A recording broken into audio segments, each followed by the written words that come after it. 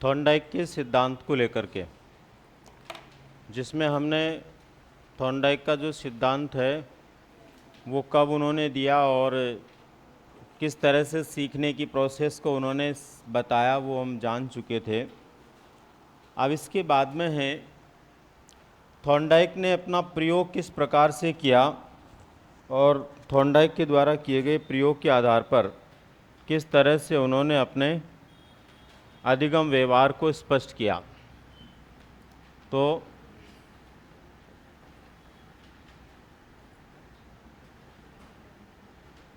Thorndike का प्रयोग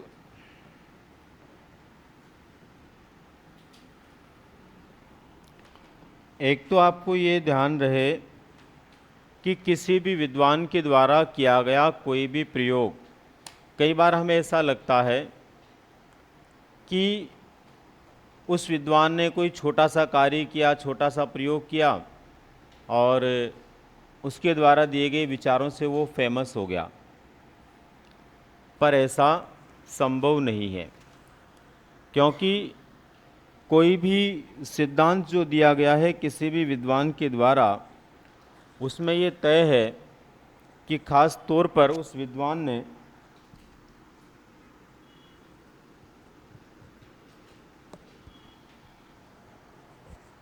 उस प्रयोग को कई बार किया होगा। जैसे हम पावलोव की बात करें तो पावलोव ने 6000 बार अपना प्रयोग किया था, एक दो बार नहीं।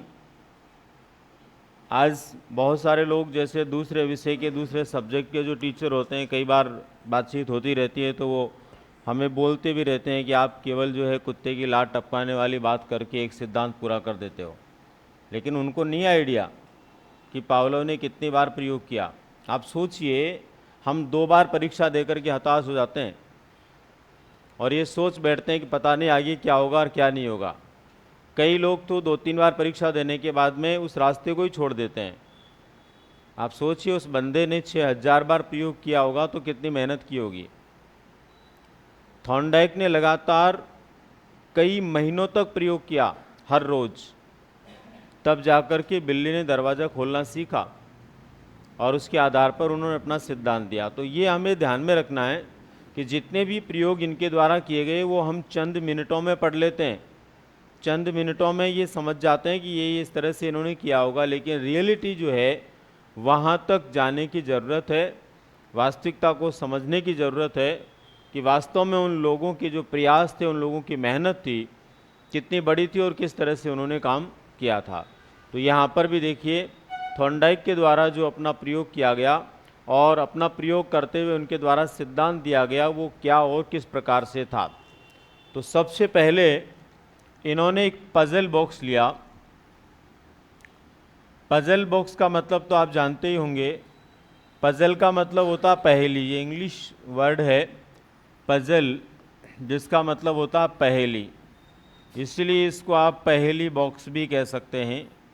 और पहेली जो होती है वो एक तरह की उलझन होती है, इसलिए इसको उलझन भी कह सकते हैं। और हिंदी में बॉक्स को बोलते हैं पेटी, इसलिए इसको हम उलझन पेटी भी कह सकते हैं, यानी पजल बॉक्स कह सकते हैं, पहेली पेटी कह सकते हैं, उलझन पेटी कह सकते हैं या बॉक्स कह सकते हैं, जो इन्होंने लिया। किस तरह का था ये? जैसे आपने देखा होगा चूहे को पकड़ने का पिंजरा आता, देखा आपने? उस पिंजरे में एक लीवर लगा होता है और उस लीवर को इस तरह से लगाया जाता है कि यदि उस लीवर को कोई भी प्राणी छूता है तो वो लीवर हट जाता है और लीवर के हटने से दरवाज़ा बंद हो जाता है, और दरवाज़ा बंद होने से चूहा उसमें क्या हो जाता है? कैद हो जाता है।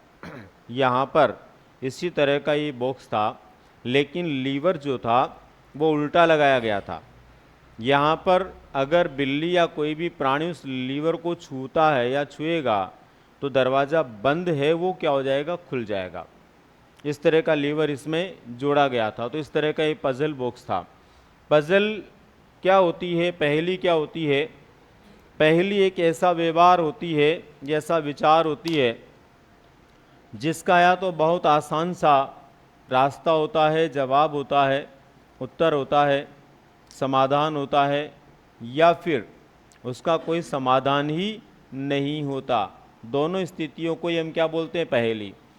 जैसे उदाहरण के तौर पर एक पहेली ये है कि पहले इस संसार में अंडे का आगमन हुआ या मुर्गी का। खूब सुना होगा आपने, आज तक इसका जवाब नहीं मिला। ये भी पहेली है, लेकिन अनसुलझी पहेली है। इसके अलावा बहुत सारी ऐसी चीज़ें हैं, जैसे क्या होता है कि H2+O मिलकर के जल बन जाता है, या फिर इस संसार में, इस पृथ्वी पर जल कहाँ से आया। तो वैज्ञानिकों ने खोज के बता दिया, H2+O ये दो गैसें मिलकर क्या बन गया, जल बन गया। तो ये भी पहेली थी, लेकिन ये सुलझी हुई पहेली है। तो पहेली दो तरह की होती है, एक वो जिसका कोई जवाब नहीं हो, एक वो जिसका कोई न कोई जवाब होता हो। इसकी आवाज़ बढ़ाना, ठीक है।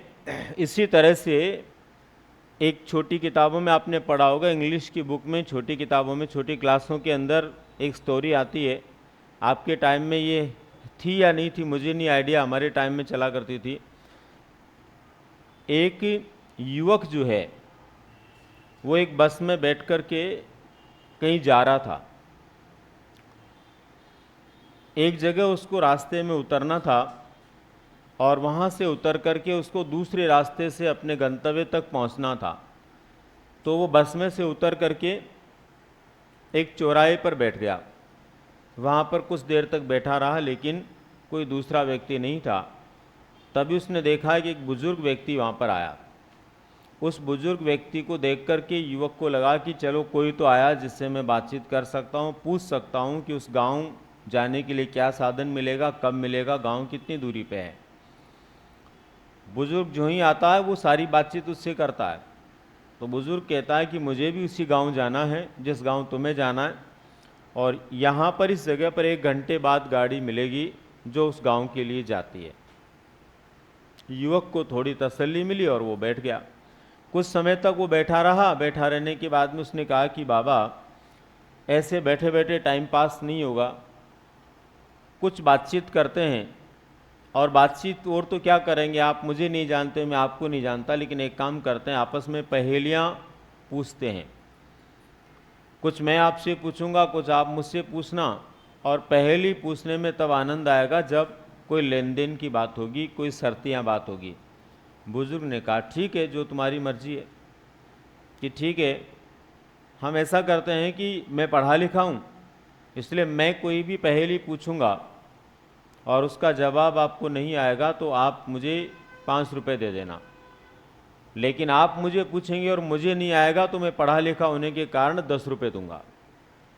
उसको ये भरोसा था, कॉन्फिडेंस था कि मैं कुछ भी बता सकता हूँ, सामने वाला अनपढ़ है वो नहीं बता पाएगा। बुजुर्ग ने कहा ठीक बात है, लेकिन एक शर्त मेरी भी माननी पड़ेगी। बताइए क्या शर्त है? बोले शर्त ये है कि शुरुआत मैं करूँगा। युवक तैयार हो गया। युवक ने कहा पूछिए। तो उसने कहा बताइए, ऐसा कौन सा पक्षी है जो धरती पर 1 टांग से चलता है, पानी में 2 टांग से चलता है और आकाश में 3 टांग से चलता है? अब युवक की पूरी पढ़ाई में तो कहीं आया ही नहीं। आप क्या आया हो तो आप बता दो, आया कभी? युवक ने सोचा यार ऐसा तो पक्षी कभी पढ़ा ही नहीं। तो उसने कहा बाबा इसका उत्तर तो मुझे नहीं आता। ठीक है, नहीं आता तो कोई बात नहीं, अब आपका नंबर, आप पूछिए। युवक ने सोचा कि चलो इस प्रश्न का उत्तर मुझे नहीं आता और बाबा को पता होगा, तो क्यों ना मैं इसी को पूछ लूँ, तो मुझे भी उत्तर मिल जाएगा और भविष्य में मैं भी पूछने लायक बन जाऊँगा। उसने वापस वही सवाल जड़ दिया जो बाबा ने पूछा था। बाबा ने हाथ खड़े कर दिए, बोले भाई मेरे को भी नहीं आता, तू तो एक काम कर, तेरे 5 रुपये काट लो और 5 रुपये मुझे दे दे। समझ में आई कोई बात? यानी कि बातों बातों में बिना जवाब वाली पहेली पूछ करके वो उससे 5 रुपये ले लेता है। ये होती है उलझन। कई बार हम लोग भी कई ऐसे व्यवहारों में उलझ जाते हैं, अपनी बात में उलझ जाते हैं। होता ना, कई लोग कहते हैं कि वो व्यक्ति अपनी ही बातों में फंस गया। वही वाली स्थिति होती है पहेली की। हम लोग कई बार अपनी चतुराई से निकल भी सकते हैं और कई बार उलझ भी सकते हैं। तो यहाँ पर भी वही बात है, इसके अंदर जब बिल्ली को बैठाया जाता है तो वो अपनी चतुराई से बाहर आने की कोशिश करती है और उसकी कोशिश में वो कामयाब भी होती है, बाहर निकल भी जाती है। पर होता क्या है और कैसे वो संभव है? दरअसल इन्होंने इस तरह का पजल बॉक्स लेकर के इस बॉक्स के अंदर भूखी बिल्ली को बैठाया। पहली शर्त बिल्ली क्या होनी? भूखी होनी जरूरी है। अगर आप पहले से ही उसको भरपेट भोजन खिलाकर बैठाएंगे तो शायद वो कोई क्रिया प्रतिक्रिया नहीं करे। तो भूखी बिल्ली को इसमें बैठा दिया। बाहर की तरफ इन्होंने क्या किया? एक मछली का टुकड़ा रख दिया, मछली का टुकड़ा रख दिया। अब यहाँ पर एक प्रश्न और खड़ा होता है कि मछली का टुकड़ा ही बोलना क्यों जरूरी है? दरअसल 2013 थर्ड ग्रेड में एक प्रश्न आया था, अगर आपको पता हो तो, कि थॉर्नडाइक ने अपने प्रयोग में उद्दीपक के रूप में किसका उपयोग किया? थॉर्नडाइक ने अपने प्रयोग में उद्दीपक के रूप में किसका प्रयोग किया? रोटी का टुकड़ा, उसके अंदर बिस्किट, मांस का टुकड़ा और मछली का टुकड़ा, ये विकल्प थे। तो कोई व्यक्ति केवल भोजन याद करके चला गया तो गड़बड़ हो गई ना वहाँ पर। तो प्रॉपर आपको ध्यान होना चाहिए, मछली का टुकड़ा ही इन्होंने रखा था। मछली का टुकड़ा ही क्यों रखा, इसके पीछे क्या रीज़न था? और भी तो कुछ रख सकता था। तो मछली का टुकड़ा इसलिए रखा कि मछली जो होती है इसमें बहुत तेज गंध आती है, इसकी स्मेल बहुत तेज़ी से दूर तक फैलती है। और कितनी दूर तक फैलती है? कम से कम 500 मीटर तक बहुत आसानी से चली जाती है। और अगर इनकी संख्या ज़्यादा हो तो कई किलोमीटर तक भी चली जाती है। समुद्र किनारे कभी आप गए हो तो समुद्र किनारे पर 1-2 किलोमीटर तक भी गंध आती है, ठीक है ना। कभी आपका महाराष्ट्र में जाना हो, गोदावरी नदी के किनारे, नासिक के यहाँ पर जहाँ कुंभ का मेला लगता है, पता, वहाँ पर कई किलोमीटर तक आप गोदावरी नदी के पास नहीं जा सकते, क्योंकि वहाँ पर मछली की बहुत बड़ी मंडी है और वहाँ पर बहुत मुश्किल है कि आप वहाँ पर चले जाएं। आधा किलोमीटर तो क्या 2 किलोमीटर दूर से भी आप गुजरेंगे तो आप वहाँ सहन नहीं कर पाएंगे, इतनी तेज़ स्मेल आती है उसकी। तो ऐसी स्थिति में यहाँ पर इन्होंने मछली का उपयोग इसलिए किया कि इसकी स्मेल किस तक पहुँचे? भूखी मछली तक या बिल्ली तक? बिल्ली तक पहुँचे, ठीक है। किसकी स्मेल? मछली की। तो ये मछली का टुकड़ा इन्होंने रखा, ये किस रूप में था? उद्दीपक के रूप में। किस रूप में रखा? उद्दीपक के रूप में रखा। अब देखिए सिचुएशन क्या है, बिल्ली भूखी है। बिल्ली क्या है? भूखी है। भूख एक प्रेरणा होती है। भूख क्या होती है?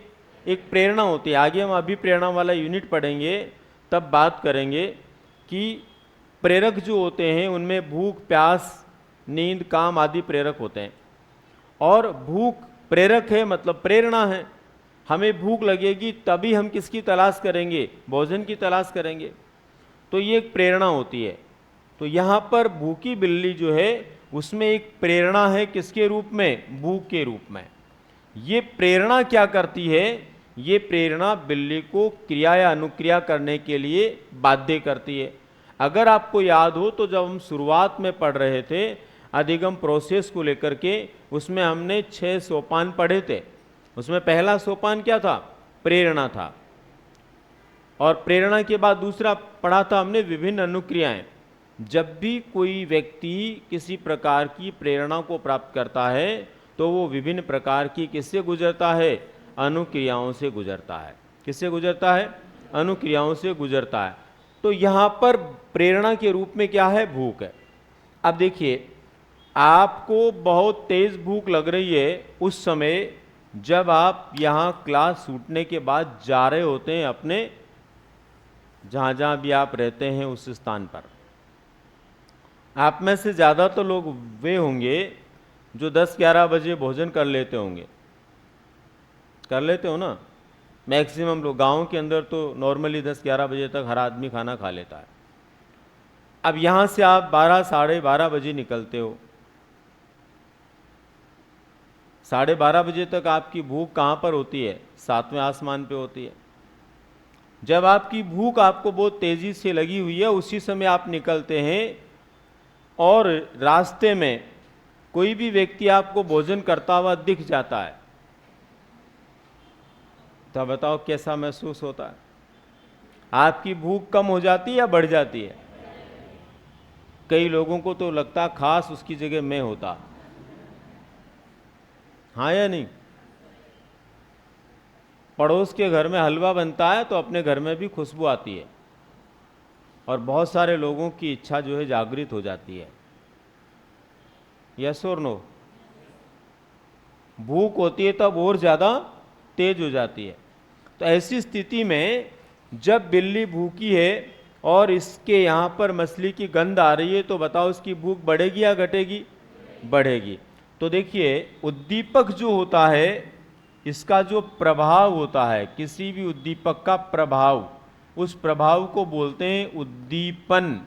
क्या बोलते हैं? किसी भी उद्दीपक के प्रभाव को उद्दीपन कहते हैं। और उद्दीपन का मतलब बिल्ली में भूख का बढ़ना। उद्दीपन का मतलब बिल्ली में भूख का बढ़ना। बिल्ली में जो ही भूख बढ़ती है तो बिल्ली बाहर आने का प्रयास करती है, मछली का टुकड़ा प्राप्त करने का प्रयास करती है। इसके लिए ये उछल कूद करती है। क्या करती है बिल्ली? उछल कूद करती है बाहर आने के लिए। और बिल्ली के द्वारा जो उछल कूद की जाती है, इसको मनोविज्ञान की भाषा में कहते हैं अनुक्रिया। जब भी किसी विशेष व्यवहार के प्रति कोई प्राणी क्रिया करता है तो उसे क्या बोलते हैं?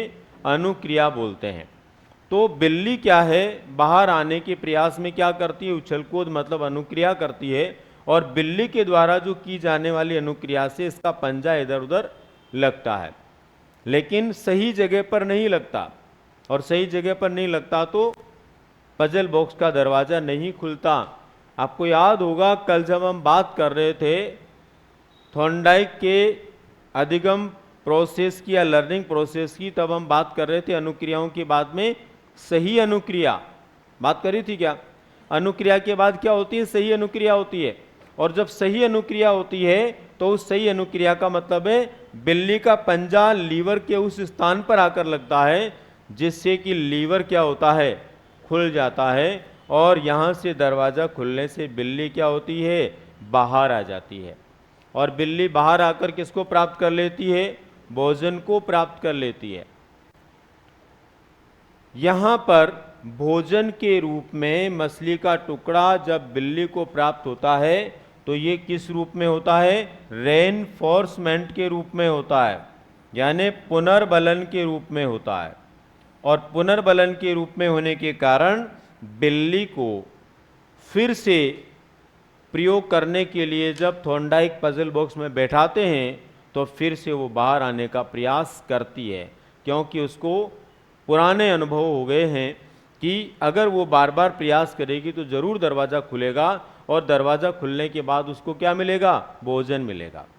थॉर्नडाइक इस प्रयोग को कई दिनों और महीनों तक दोहराते हैं। एक ही दिन उन्होंने प्रयोग को बार बार नहीं दोहराया, बल्कि हर अगले दिन प्रयोग को दोहराया। इसका जवाब देंगे मुझे आप पीछे। ऐसी क्या बात थी, क्या वजह थी कि थॉर्नडाइक एक ही दिन में बार बार प्रयोग नहीं कर रहे थे, बल्कि हर अगले दिन कर रहे थे? ऐसा क्यों कर रहे थे वो?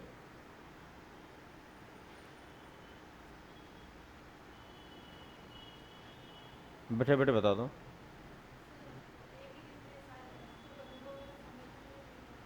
अनुभवों का संगठन नहीं हो पाता था, इसलिए अलग अलग दिन कर रहा था। हाँ बताइए।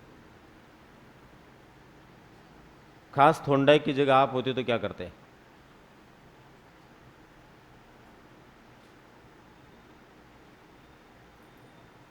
बताइए।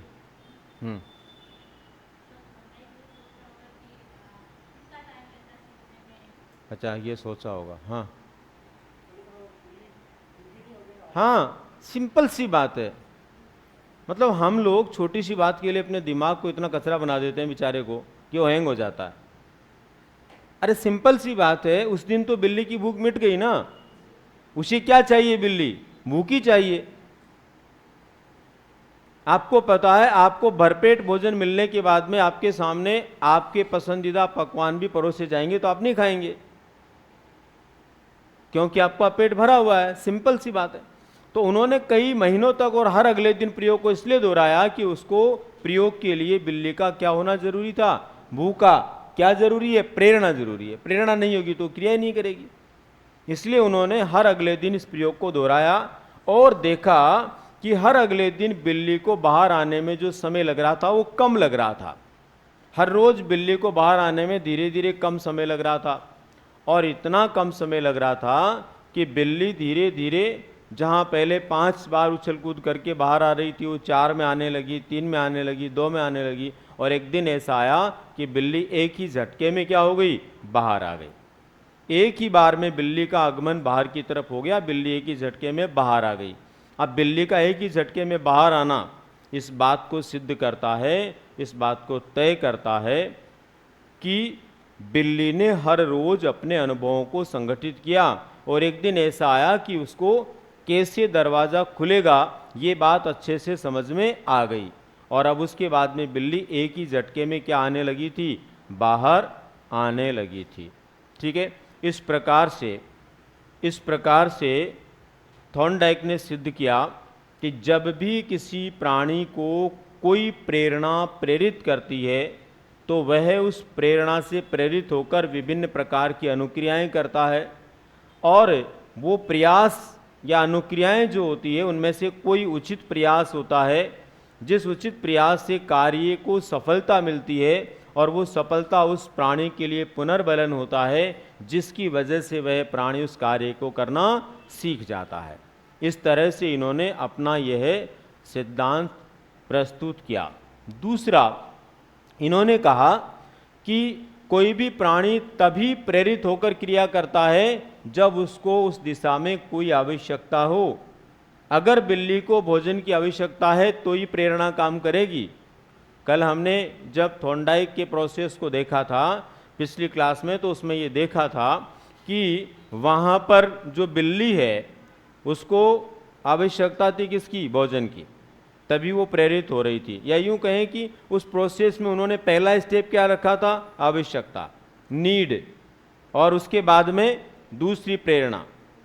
और वो हम यूं समझ पा रहे थे कि आपकी नीड है किसी पद को प्राप्त करना, किसी कंपटीशन को फाइट करना। उसके लिए आपको किसकी ज़रूरत है? पढ़ाई की ज़रूरत है। किसकी ज़रूरत है? पढ़ाई की ज़रूरत है। तो इसका मतलब ये हुआ कि हम किसी भी कार्य को करते हैं तो उसमें हमारी डिज़ायर ज़रूरी है, हमारी डिमांड ज़रूरी है, हमारी नीड ज़रूरी है, हमारी आवश्यकता ज़रूरी है, ज़रूरत होना चाहिए, तभी जाकर के हम प्रेरित होते हैं, अन्यथा नहीं होते हैं। तो इस तरह से इस प्रयोग के माध्यम से थॉर्नडाइक ने अपने विचारों को स्पष्ट किया। अब यहाँ पर सबसे पहले तो हमें इनके प्रयोग की जो विचारधारा उसको एक बार लिखना है, और फिर किस तरह से इन्होंने अपने सिद्धांत को देते हुए सीखने के नियम दिए उन पर विचार करना है। लिखिए, पहले एक बार जो आउटलाइंस बनी हुई है थोड़ा सा बना लीजिए जैसा भी आपसे बनता है। बहुत ज़्यादा ज़बरदस्त चित्र बनाने की ज़रूरत नहीं है, मोटी मोटी चीज़ें आप बना लीजिए।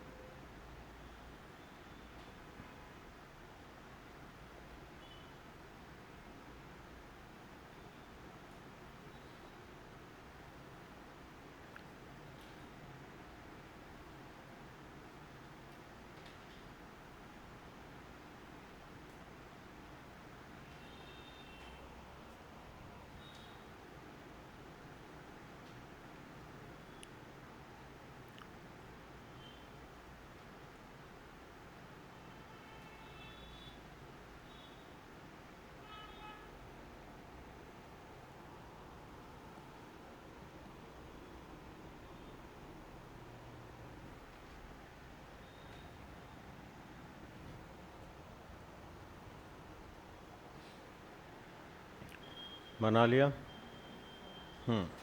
लिखिए यहाँ पर।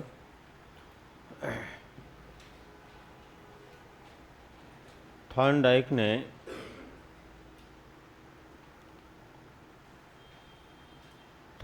ने अपने जो प्रयोग किए उनमें सबसे अधिक चर्चित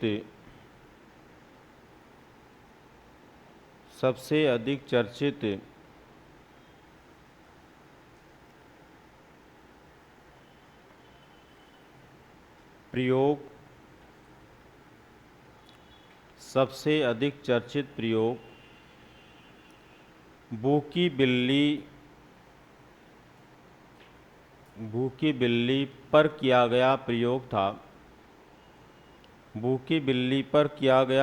था।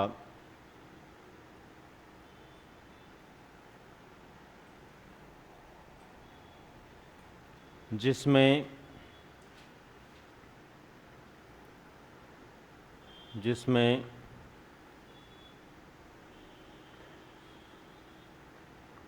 इन्होंने एक पजल बॉक्स एवं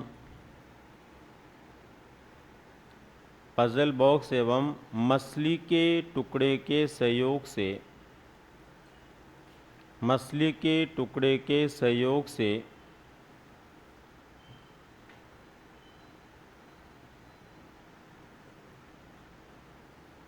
प्रयोग किया था।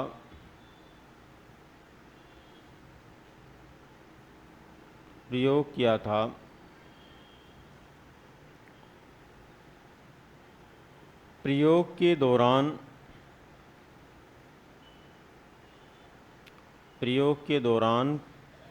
पजल बॉक्स में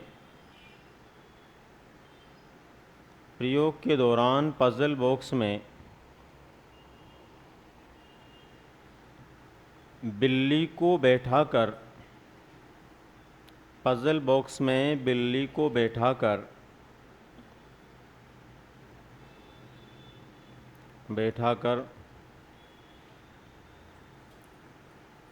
बाहर की तरफ उद्दीपक के रूप में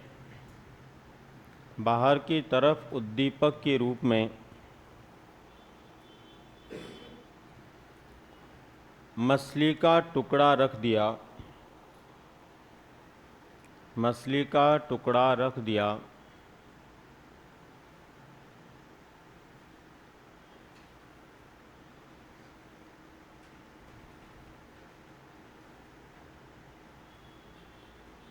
जब बिल्ली की भूख रूपी प्रेरणा ने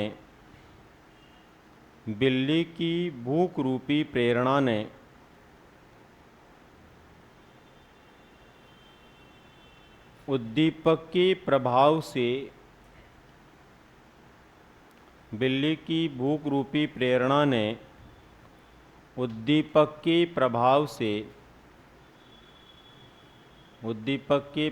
से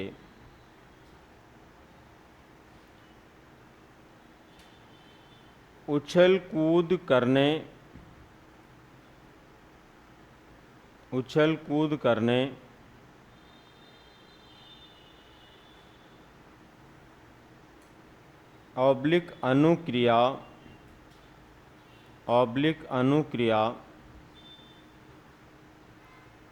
के लिए बाध्य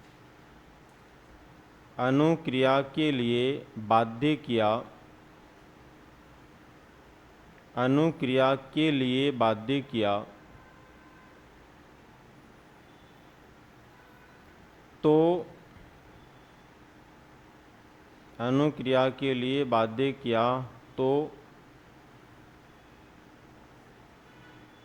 वह एक सही अनुक्रिया करते हुए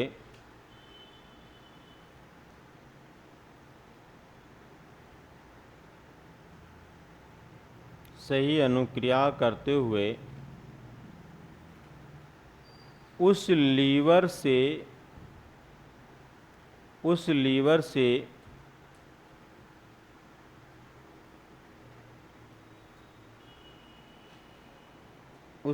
से दरवाज़ा खोल पाती है जिसके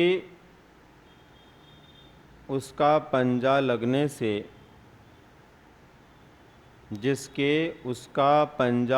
से ऐसा संभव हुआ जिसके उसका पंजा लगने से ऐसा संभव हुआ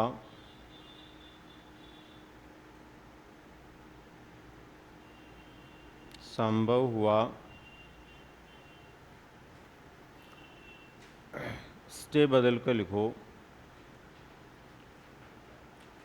दरवाज़ा खुलने के बाद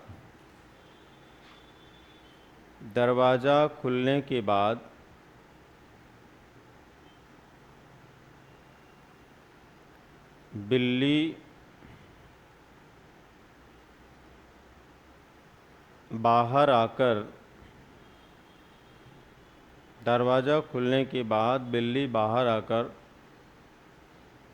भोजन के रूप में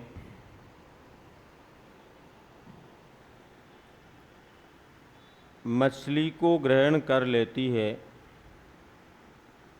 भोजन के रूप में मछली को ग्रहण कर लेती है।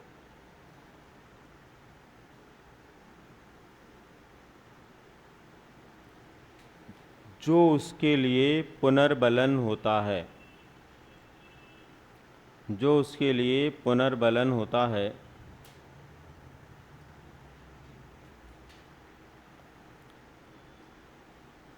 थॉर्नडाइक ने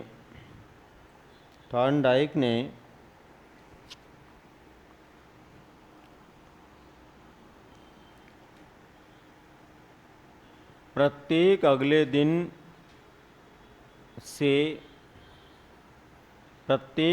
दिन से लगातार कई दिनों तक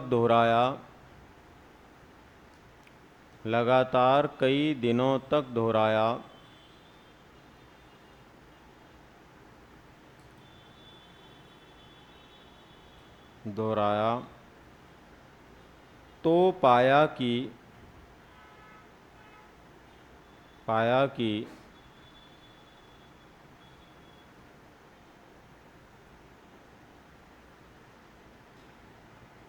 अब बिल्ली हर रोज बाहर आने में कम समय ले रही थी।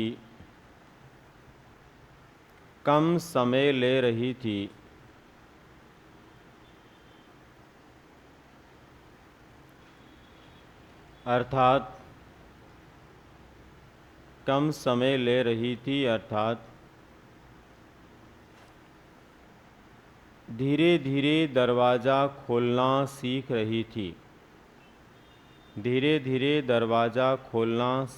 थी।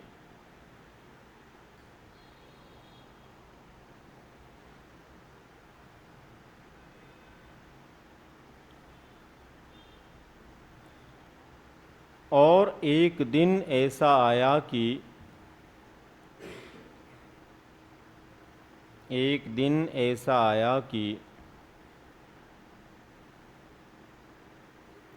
बिल्ली एक ही झटके में बाहर आ गई।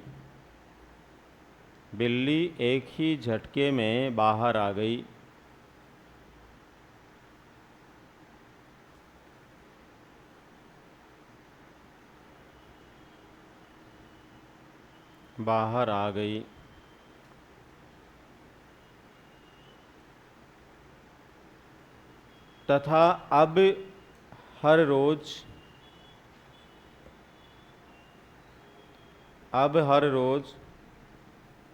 एक ही प्रयास में बाहर आने लगी थी। एक ही प्रयास में बाहर आने लगी थी।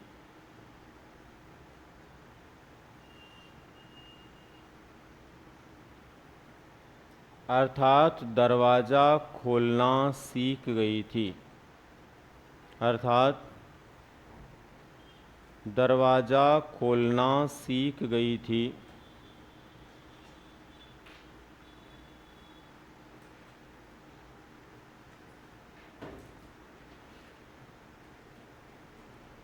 यहाँ बिल्ली ने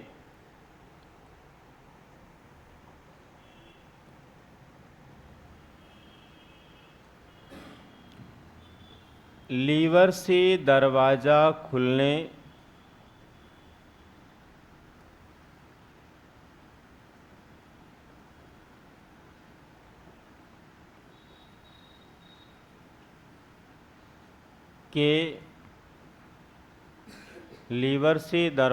खुलने के बंद यानी बॉन्ड, लीवर से दरवाज़ा खुलने के बंद यानी बॉन्ड को समझ लिया था।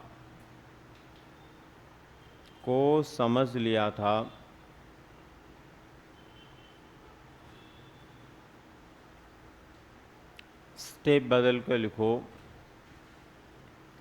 उपर्युक्त प्रयोग से निष्कर्ष निकालते हुए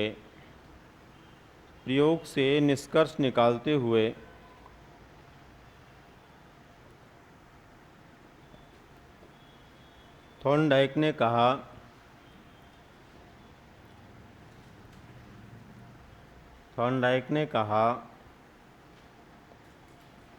कि जब भी कोई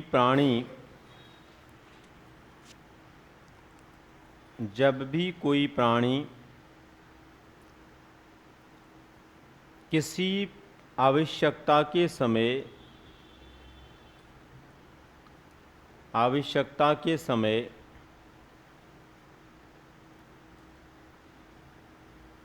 प्रेरित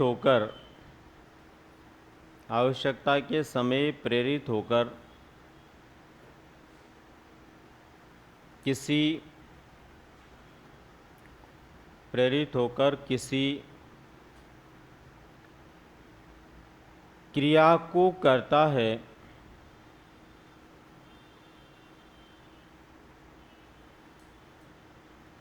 और सही क्रिया के माध्यम से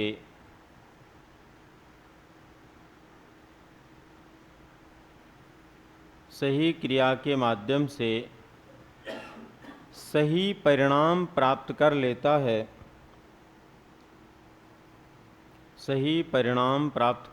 है तो यह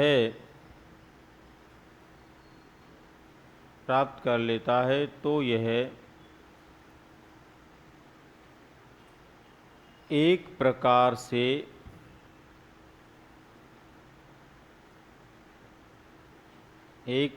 से सीखने का मार्ग होता है तथा मिलने वाला पुनर्बलन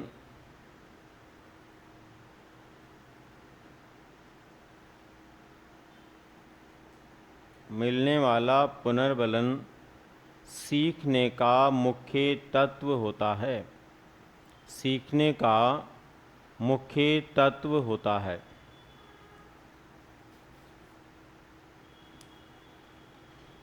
ठीक है, तो इस तरह से जो है थॉर्नडाइक ने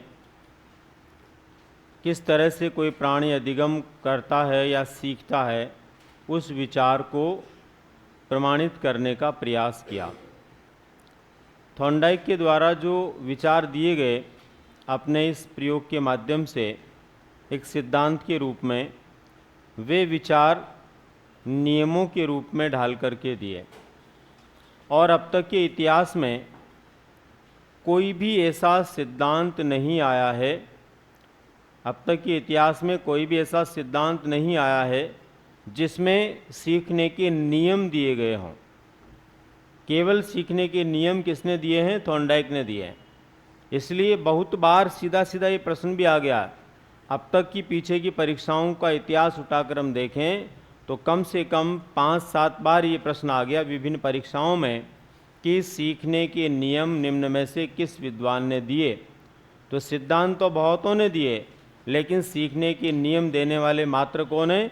थॉर्नडाइक है। तो कौन कौन से नियम इन्होंने दिए, क्या क्या नियम दिए, उनके बारे में हम बात करते हैं। तो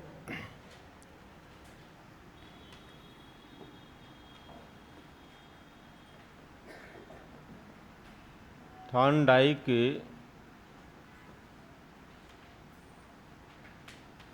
के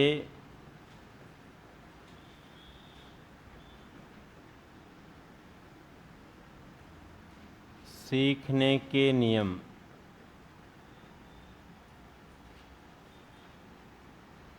थॉर्नडाइक के सीखने के नियम, इन्होंने देखिए 2 प्रकार के नियम दिए हैं।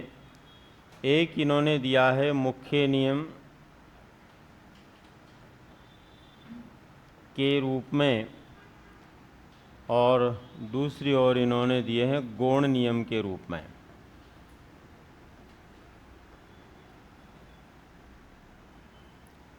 अब देखो मुख्य नियम के रूप में इन्होंने जो नियम दिए वो कितने और कौन कौन से हैं। तो मुख्य नियम के रूप में इन्होंने एक तो दिया है तत्परता का नियम। तत्परता का नियम। दूसरा अभ्यास का नियम, और तीसरा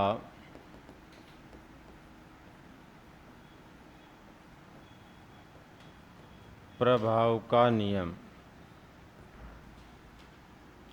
गौण नियमों की बात करें तो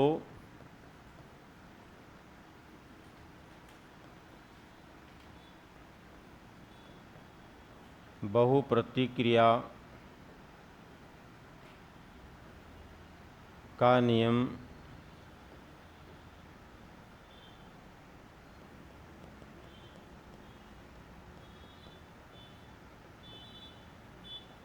आंशिक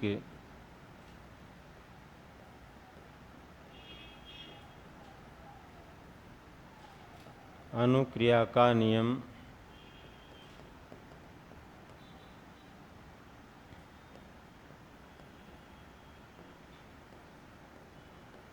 सादृश्यता का नियम,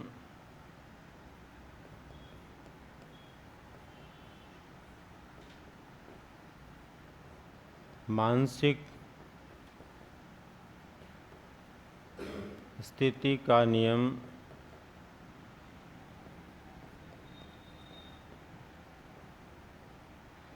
साहचर्य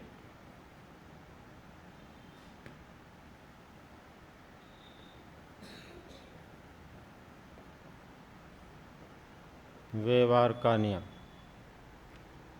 इस तरह से इन्होंने 2 तरह के नियम दिए। टोटल 8 नियम इनके द्वारा दिए गए, जिनमें 3 मुख्य नियम थे और 5 इनके गौण नियम थे। सबसे पहले तो हमें ये पता होना चाहिए कि मुख्य नियम और गौण नियम में क्या मेजर डिफरेंस है, यानी 3 मुख्य नियम क्यों हैं और 5 गौण नियम क्यों हैं। इन्होंने एक साथ 8 नियम क्यों नहीं दिए, इनको 2 भागों में क्यों बांटा। तो इनके जो अलग अलग लक्षण हैं, विशेषताएं हैं, उनके आधार पर इनको 2 तरह की संज्ञाएं दी गई है। 2 तरह का नाम दिया गया है मुख्य नियम और गौण नियम के रूप में। तो कौन आप में बताएगा कि मुख्य नियम क्यों कहा गया होगा और गौण नियम क्यों कहा गया होगा? कोशिश करें, कौन बता सकता है? बताइए। जैसा भी आता आप कोशिश करेंगे तो ज़रूर आपको पता चलेगा।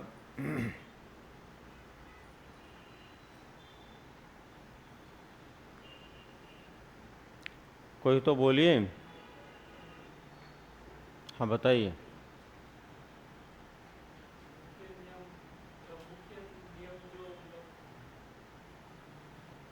बोलिए, जो मन में आ रहा हो बोलो आप।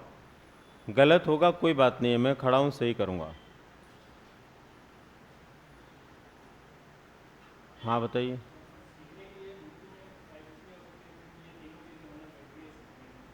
अच्छा अच्छा, ना हो तो भी चलेगा, मतलब गौण नियम पर ध्यान नहीं दें तो भी चलेगा, मुख्य नियम होना ज़रूरी है, ऐसा ही कह रहे हो? बहुत बढ़िया है। और बताइए। पीछे आप बता रहे, हाँ आप नहीं बता रहे हो?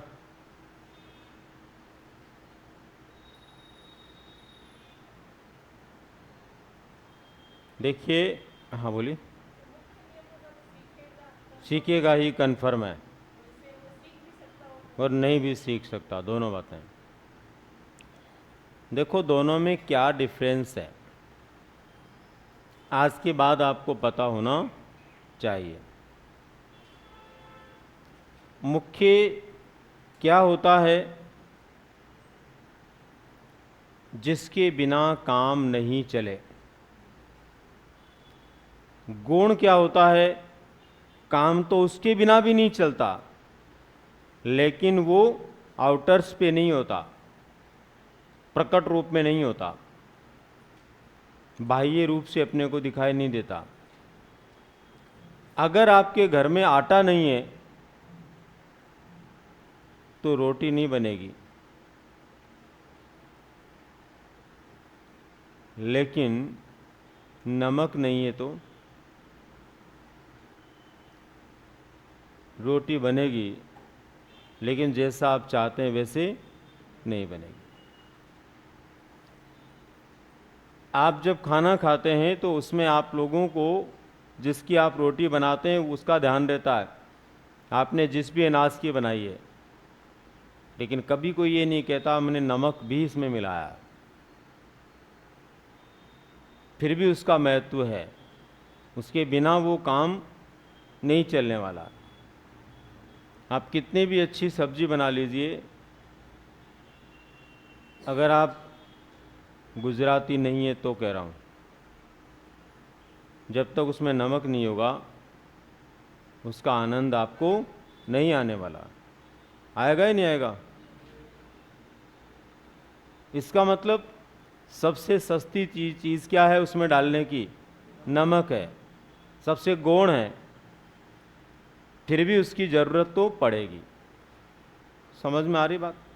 तो एक बात तो आपके माइंड में ये जो चल रही है ना कि ये होंगे तो भी फर्क नहीं पड़ेगा और ये नहीं होंगे तो भी फर्क नहीं पड़ेगा, ऐसा नहीं है, दोनों का होना कंपलसरी है। पहले नंबर पर तो अपने माइंड में क्या रखना है कि दोनों ही अपने आप में अपनी अपनी इंपॉर्टेंस रखते हैं।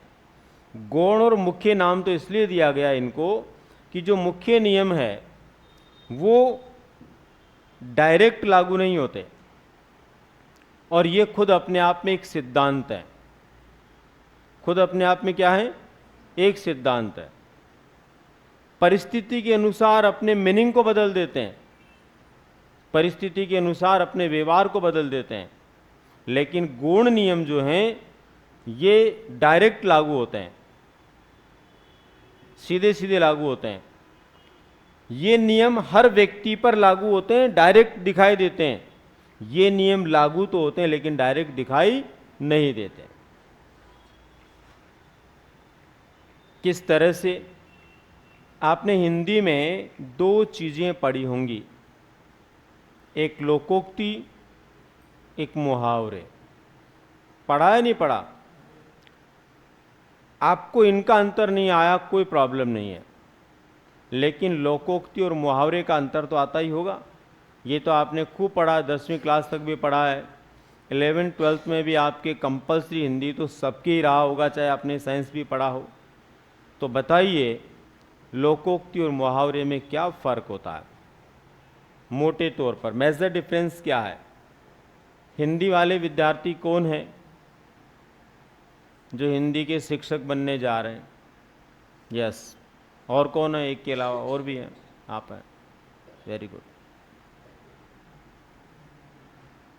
तो आपसे ही शुरू कर दीजिए, बताइए।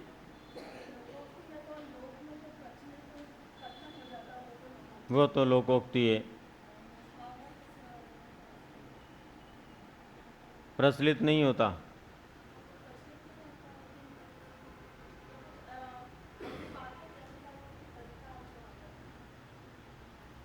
कल्पना करो आपके शिक्षक भर्ती परीक्षा में यही प्रश्न आ जाए कि मुहावरे और लोकोक्ति का मूल अंतर निम्न में से है,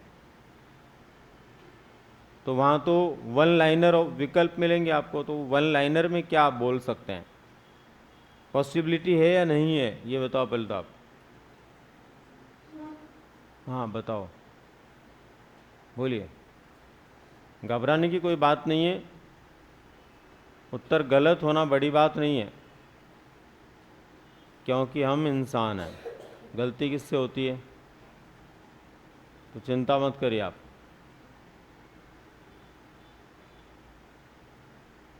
नहीं बताएंगे। बोलिए, आपकी भी हिंदी आपने हाथ खड़ा किया था ना। चलिए, कौन बता रहा है इनके अलावा? बिना हिंदी वाला कौन है जो बता सकता है?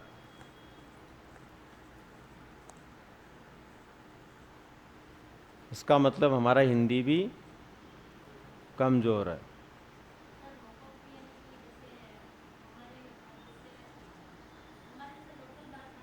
लोकल भाषा है, वो लोकोक्ति है। तो जैसे उदाहरण के तौर पे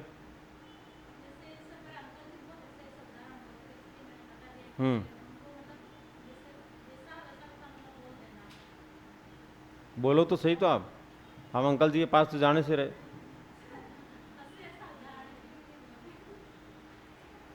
वैसे आप बोल नहीं सकते तो अंकल जी को लाओ एक दिन। हाँ भाई, कुछ बोल रहे हो क्या? बोलिए।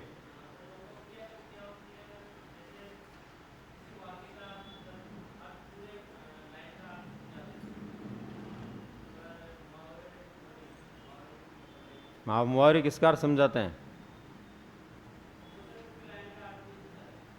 अच्छा, कौन सी लाइन का? आप उत्तर बिल्कुल सही दे रहे हो, लेकिन दे नहीं पा रहे हो। आप उस ठिकाने पे पहुंच गए हो जो मैं जानना चाह रहा हूँ, लेकिन उसको एक्सप्लेन करने में प्रॉब्लम हो रही। हाँ यस, बोलिए। अरे बहन जी, उल्टा मत बोलो, सीधा बोलो। आपने जस्ट उल्टा बोल दिया। हाँ, खुद एक सेंटेंस होती, बस यही तो अंतर है। मुहावरे लोकोक्ति में मूल अंतर यह है कि मुहावरा एक वाक्य का अंश होता है जिसका अर्थ वाक्य में प्रयोग के कारण पैदा होता है।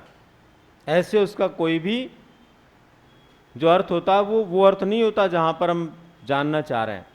लेकिन लोकोक्ति का खुद अपने आप में एक सेंटेंस होती है और अपना एक अर्थ होता है। लोकोक्ति का खुद का अपना अर्थ होता है। चलिए, ये बात आपने एकदम परफेक्ट बताई है, लेकिन अब आप एक लोकोक्ति और एक मुहावरा बता दीजिए कि ये लोकोक्ति है और ये मुहावरा है। 9-2-11 होना, भाग जाना, क्या है ये? मुहावरा। लोकोक्ति बताओ एक।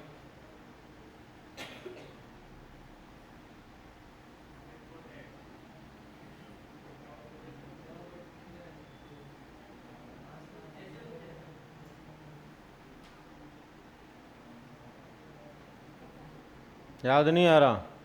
कोई बात नहीं, कल याद करके आना।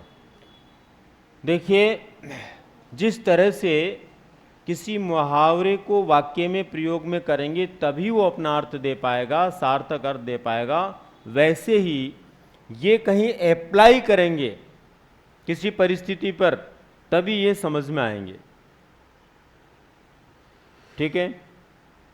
और फिर नए अभिप्राय में समझ में आएंगे, ये डायरेक्ट समझ में आते हैं, इनको अप्लाई नहीं करो तो भी समझ में आते हैं। जैसे बहु प्रतिक्रिया का नियम समझ में आ रहा है, बार बार क्रिया करने की बात हो रही है। आंशिक अनुक्रिया का नियम मतलब छोटे छोटे भागों में क्रिया करने की बात हो रही है। सादृश्यता का नियम मतलब देख करके सीखने की बात हो रही है। मानसिक स्थिति का नियम, मेंटली जिस प्रकार से हमारी स्थिति होगी, पोजीशन होगी, उसके अकॉर्डिंग हम चीज़ों को सीखेंगे। साहचर्य व्यवहार, साथ साथ रहने से व्यवहार में होने वाले चेंजेस की बात हो रही है। लेकिन तत्परता का नियम, तत्परता क्या है पहले तो ये समझ में आए, तत्परता कैसे काम करती है फिर वो समझ में आए। इसका मतलब इन दोनों में जो मेजर डिफरेंस है वो इसी प्रकार का, जैसे लोकोक्ति और मुहावरे में आम के आम गुठली के दाम, क्या है ये? लोकोक्ति है, खुद का अर्थ है। खुद का क्या है अर्थ है? एक पंथ दो काज। लेकिन आंखों का तारा, ये क्या है? एक मुहावरा है। अब आंखों का तारा का मतलब तो हमारी आंखों के अंदर जो वाइट वाइट दिखता है वो हो गया, लेकिन इसका अर्थ ये नहीं है। बहुत प्रिय होता है, लेकिन ये बहुत प्रिय कब होगा? राम अपनी माँ की आंखों का तारा है, तब जाकर के बहुत प्रिय उसका अर्थ होगा, अन्यथा नहीं होगा। इसी प्रकार से इनको भी हमें अप्लाई करना होता है। और यही वजह है दोस्तों कि यहाँ से आने वाले प्रश्न जो होते हैं वो एप्लीकेशन आधारित होते हैं। यहाँ से आने वाले प्रश्न अप्लाइड प्रश्न होते हैं। समझ में आ रही है ना? अप्लाइड क्वेश्चन का मतलब तो आप समझते ही होंगे। जैसे एक प्रश्न आपने पढ़ा होगा, बहुत बार आया वो, एक बालक अपने पिता के साथ ही बाजार जाना पसंद करता है, यहाँ कौन सा नियम लागू होता है? तो यहाँ हमें पता होना चाहिए कि बालक पिता या जिसको पापा बोलता है उसके साथ ही क्यों जा रहा है, वो कौन सा नियम लागू हो रहा है ऐसा जिसकी वजह से जा रहा है वो। घोड़े को तालाब तक ले जाया जा सकता, पानी पीने के लिए बाध्य नहीं किया जा सकता, कौन सा नियम लागू होता है?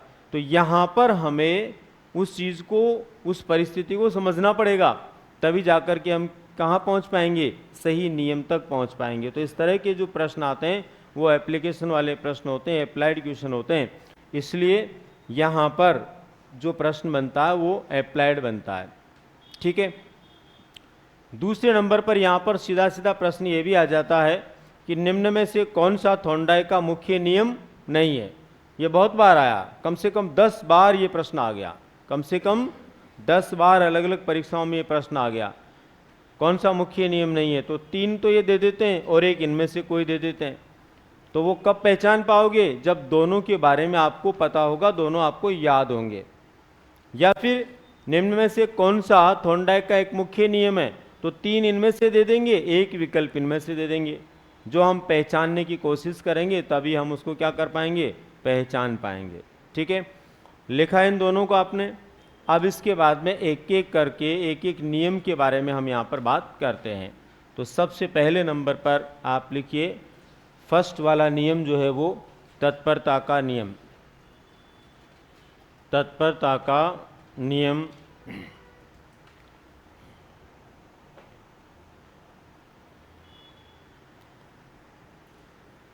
तत्परता का नियम क्या है?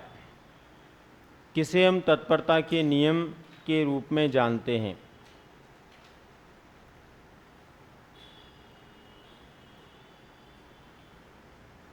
कौन बताएगा तत्परता का मतलब क्या होता है? इंग्लिश में बोले तो रेडीनेस। तत्परता को क्या कहते हैं? रेडीनेस, तत्परता।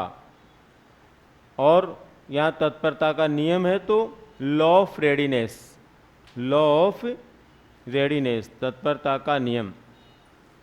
तत्परता शब्द का मीनिंग कौन बताने वाला है? हाँ, रुचि पैदा होना, बहुत बढ़िया। ये है तत्परता शब्द का अर्थ। देखो, तत्परता का मतलब होता है मानसिक तैयारी। क्या होता है?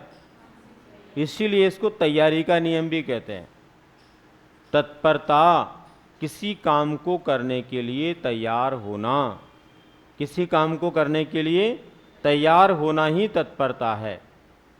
उसने उस काम में तत्परता दिखाई, इसका मतलब वो उस काम के लिए क्या था, तैयार था। वुडवर्थ पहले विद्वान थे जिन्होंने कहा था कि तत्परता का वास्तविक अर्थ होता मानसिक रूप से तैयार होना। मानसिक रूप से तैयारी का होना ही क्या है, तत्परता है। थॉर्नडाइक इस नियम के आधार पर कहते हैं कि जब भी कोई प्राणी किसी कार्य को करने के लिए मानसिक रूप से तैयार होता है, किस रूप से, मानसिक रूप से तैयार होता है, उसी समय यदि उस व्यक्ति को वो काम करने को दे दिया जाए तो उस काम को वो बहुत अच्छे से करेगा। क्यों करेगा, क्योंकि वो खुद काम करने के लिए तैयार है, रेडीनेस है, उसमें काम करने को तैयार है, इसलिए वो अच्छे से करेगा।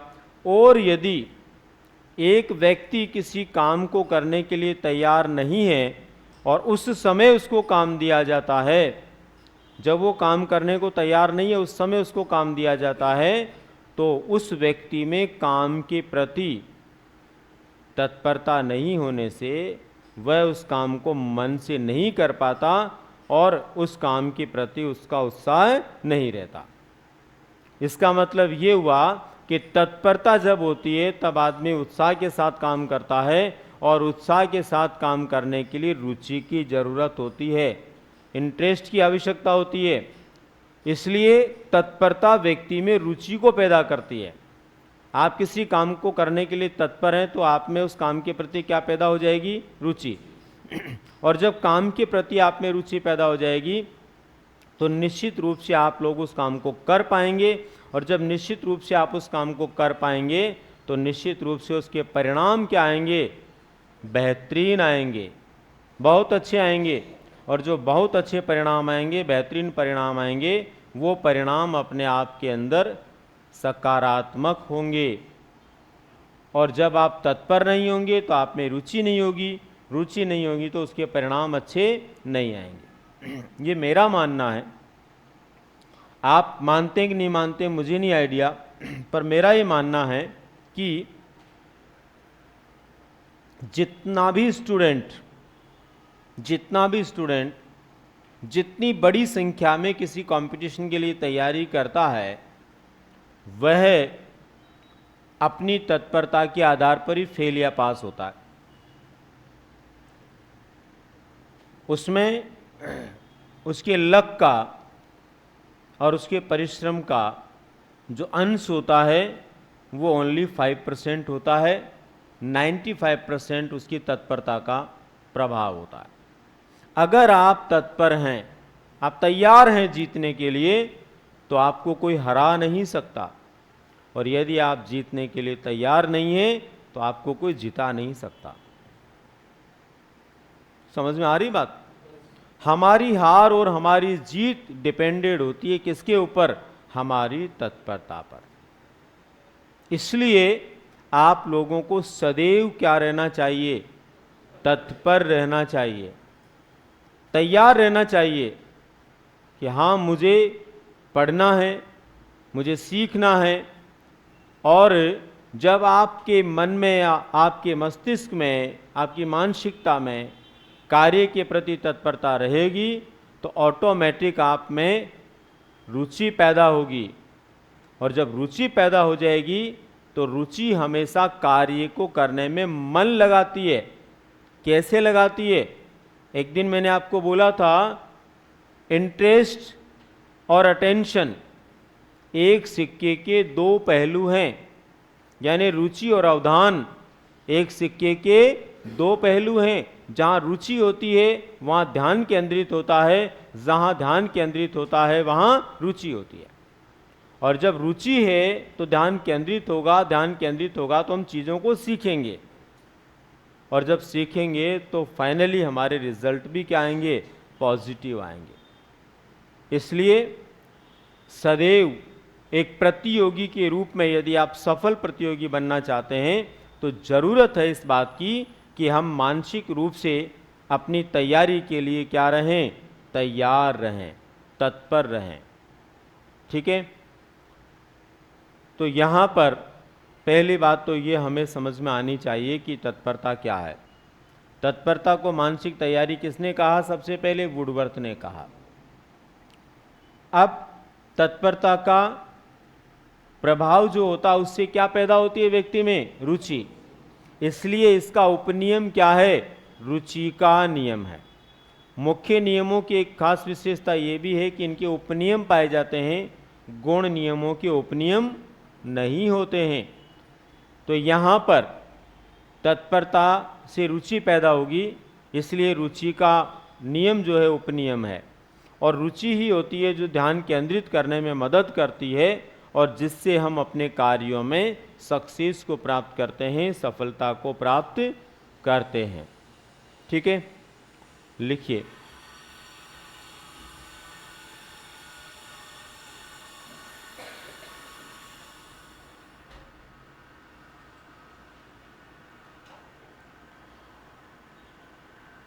तत्परता से अभिप्राय, तत्परता से अभिप्राय, तत्परता से अभिप्राय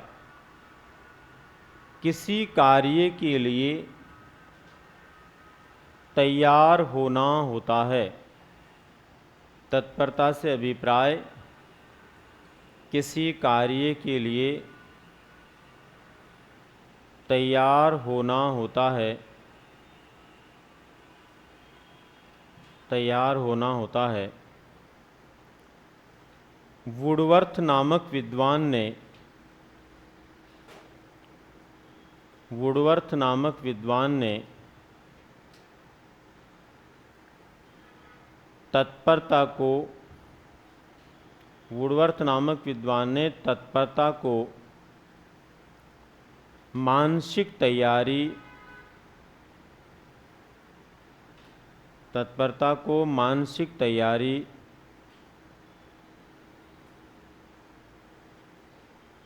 कहा है। तत्परता को मानसिक तैयारी कहा है।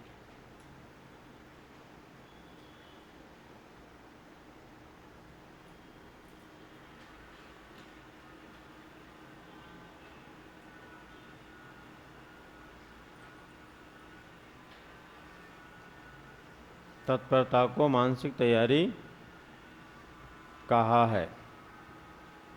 स्थे बदल कर लिखो। इस नियम के अनुसार, इस नियम के अनुसार जब भी कोई प्राणी, इस नियम के अनुसार जब भी कोई प्राणी किसी कार्य को करने के लिए, जब भी कोई प्राणी किसी कार्य को करने के लिए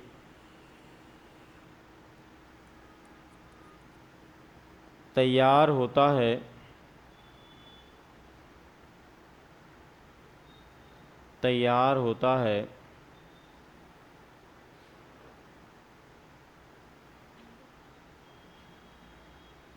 तो वह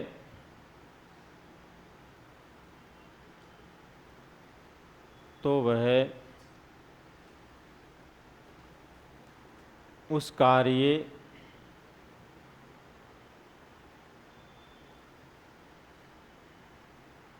के प्रति रुचि को प्राप्त करता है,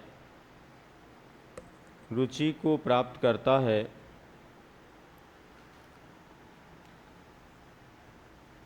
जिससे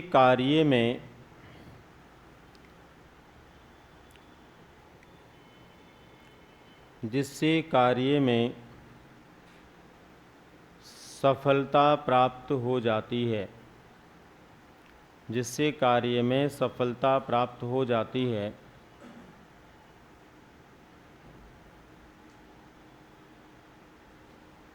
सफलता प्राप्त हो जाती है। और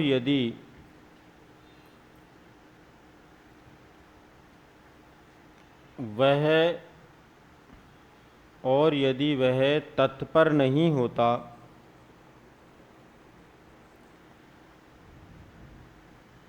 तत्पर नहीं होता तो रुचि का अभाव होने से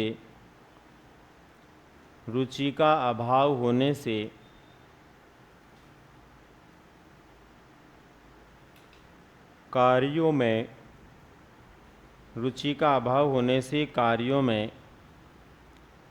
सफल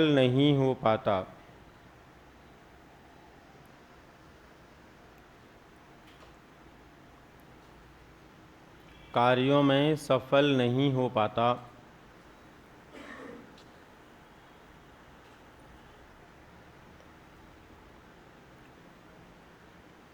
इस आधार पर इसका उपनियम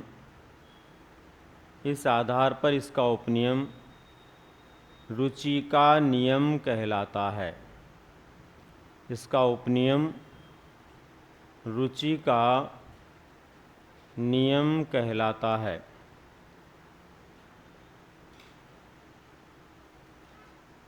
रुचि का नियम कहलाता है।